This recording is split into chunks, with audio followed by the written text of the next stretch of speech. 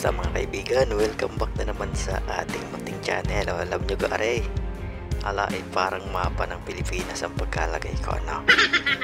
Aray ng mga hindi nakakaalam, aray yung tawas asul o yung tinatawag na blue anom. So aray may katagalan na sa akin. Siguro nasa 25 years na mahigit. Kaya aray nagkagana rin ang kulay, ano? Kala mo green na, kulay green na. Subalit aray kapag binasa mo, kapag binasa papasain ko hindi lang kita yung tubig din sa gilid kapag binasa babalik na ulit yan sa pagka-blow. So na nga binasa ko kapirasong at siya blue na ulit. Nawala na yung green niya sa gilid. So blue na ulit yan.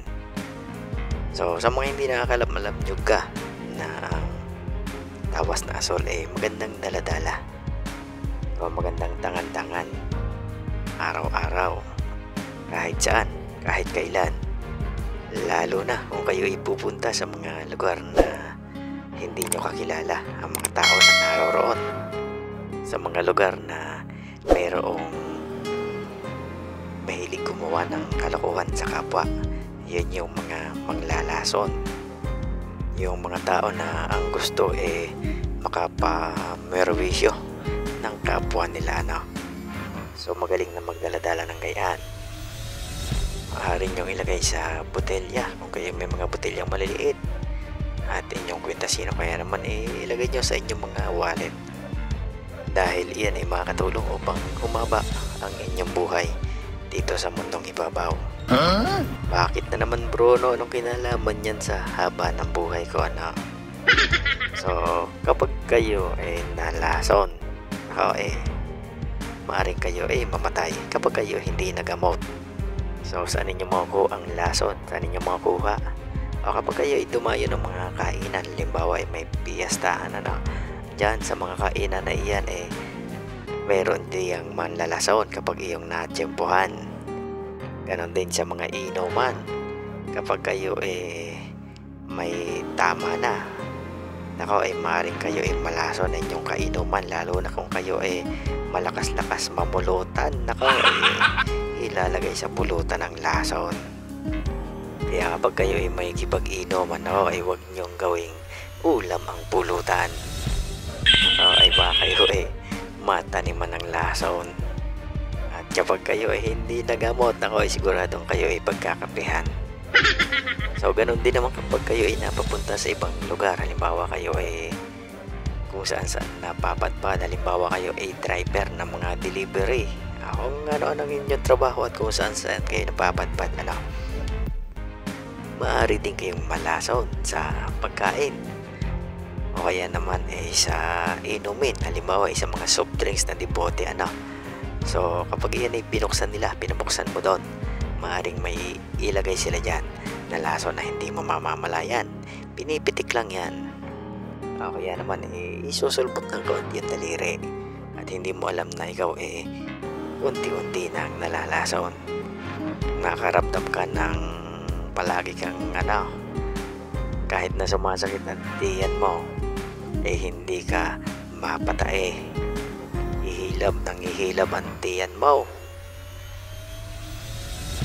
Pupunta ka ng onidoro, subalit wala namang lumalabas na kung ano.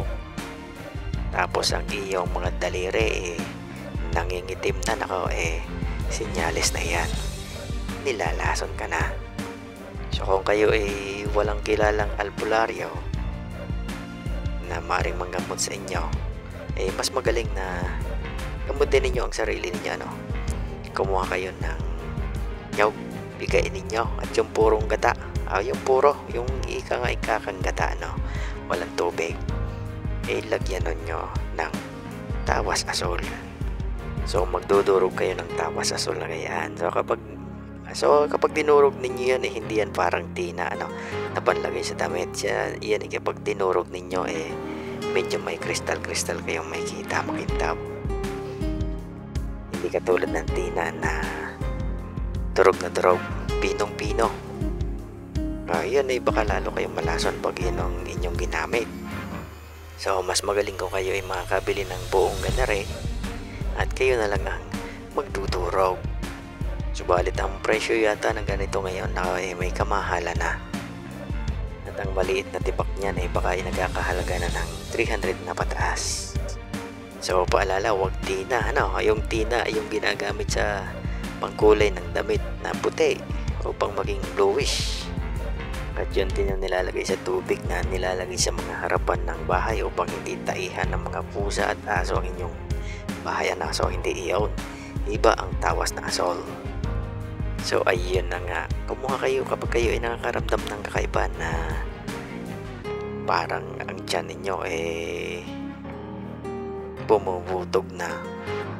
Nakakakain naman kayo, subalit kayo hindi nakakadumi, o kaya naman nakaramdam kayo na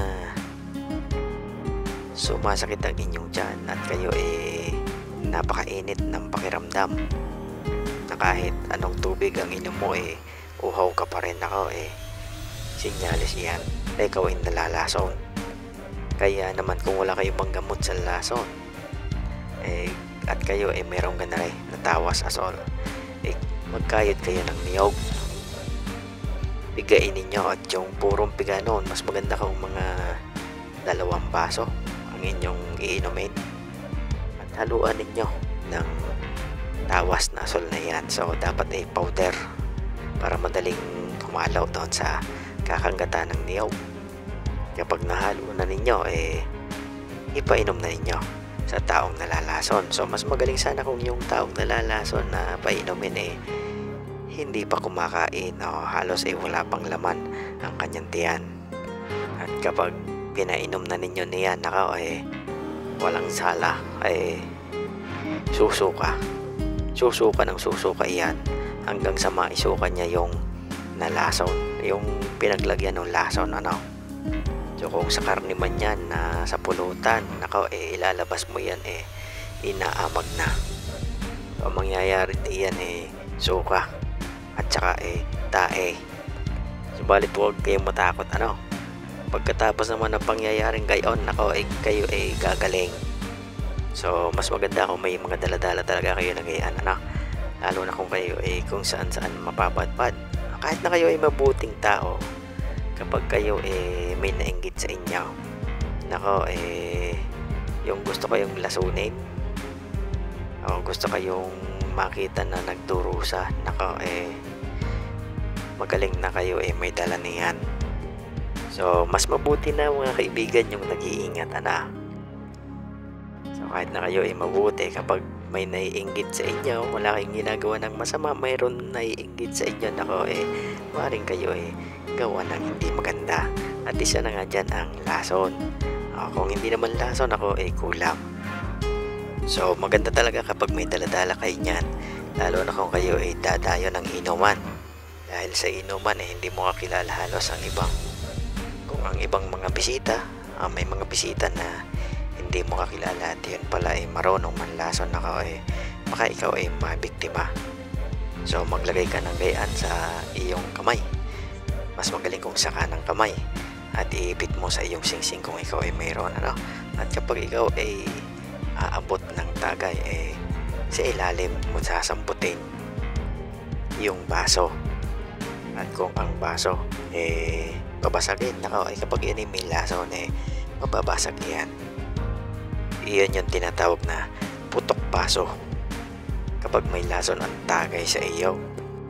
So ayun na iaambag sa iyong buhay ng tawas asol kapag meron kayo. So nasa sa inyo yan kung kayo maniniwala o hindi, at kung kayo inalason gagawin nyo o hindi. Dahil kung kayo inalason, hayaan nyo lang, itulog nyo lang, at pagising nyo nasa kabilang buhay na kayo. Biro lang mga kaibigan, biro lang yon. So ayun, hanggang sa muli, good luck and bless, at ingat kayo palagi.